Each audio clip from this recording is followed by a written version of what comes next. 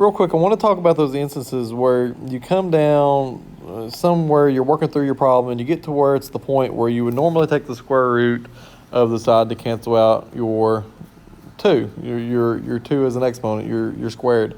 To cancel that out, you have to take the square root. But if you look on this side, it says negative 16. You can't take the square root of a negative number and it become a real number. You can imaginary number do that, and we're going to get into that. But you can't take the square root of a negative number, because any number, when you multiply it by itself, will be positive. So when you see this, I know there's not any math involved showing you this, but that's no solution.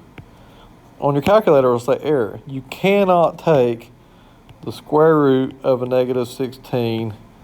You can't do it because you have to have a positive value in order to take a square root of it. Any number multiplied by itself will be positive.